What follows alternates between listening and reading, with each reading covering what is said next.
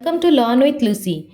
This is the video for the class 11th Physics Units and Measurement chapter. इस video में हम लोग pressure का डायमेंशन निकालेंगे। पहले जानते हैं प्रेशर होता क्या है। Pressure is the force applied perpendicular to the surface of an object per unit area over which that force is distributed. मतलब एक एरिया के ऊपर परपेंडिकुलर फोर्स जब अप्लाई होता है, मतलब ये एरिया के ऊपर जब एक परपेंडिकुलर फोर्स अप्लाई होता है तो फिर वो पर यूनिट एरिया के ऊपर जो फोर्स जो डिस्ट्रीब्यूट होता है तो उसको ही क्या बोलते हैं ना, प्रेशर बोलते हैं।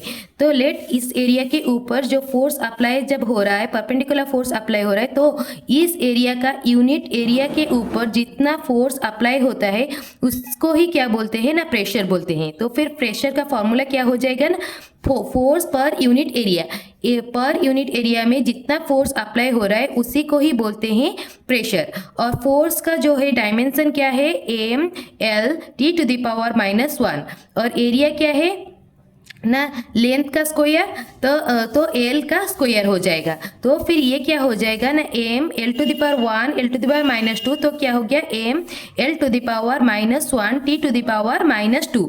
तो डायमेंशन ऑफ प्रेशर कितना हो गया, मास के लिए एम जो है मास है, एल है जो है लेंथ है, और टी जो है टाइम है। तो एम के लिए 1, एल के लिए -1 और टी के लिए -2।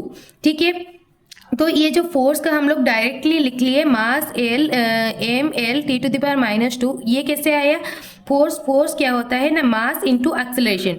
ए force can cause an object with mass to change its velocity that is to acceleration. मतलब जब एक ऑब्जेक्ट के ऊपर फोर्स अप्लाई होता है तो फिर उसका वेलोसिटी चेंज होता है, तो उसी को ही बोलते हैं फोर्स। तो फोर्स क्या होता है, पर एक ऑब्जेक्ट के ऊपर जिसका कि एक मास है, उसके ऊपर जब फोर्स अप्लाई होता है तो फिर उसका वेलोसिटी चेंज होता है, मतलब एक्सेलरेशन उसका आता है। तो फोर्स होता है मास इनटू एक्सेलरेशन। मास के लिए हम लोग m लिख लिए, और एक्सेलरेशन का डायमेंशन है m to the power 0 l to the power 1 t to the power -2। तो टोटल उसका डायमेंशन हो गया m to the power 1 t l to the power 1 t to the power -2। ये फोर्स का डायमेंशन हम लोग प्रेशर में डायरेक्टली लिख लिए। तो अगर इसको याद होगा तो फिर ये लिख सकते हैं डायरेक्टली, या फिर हम लोग निकाल के भी लिख सकते हैं। ठीक है, तो अभी हम लोग फोर्स में जो एक्सेलरेशन है उसका डायमेंशन भी हम लोग लिखे थे। तो ये कैसे निकला, तो ये क्या हुआ ना, एक्सेलरेशन क्या होता है ना, change in velocity by change in time. जब एक फोर्स अप्लाई होता है तो फिर उसका वेलोसिटी में, उसका स्पीड में चेंज होता है। तो वो जो चेंज इन वेलोसिटी है, change in velocity with change in time. तो वेलोसिटी जो है वो क्या है ना, displacement by time divided by time.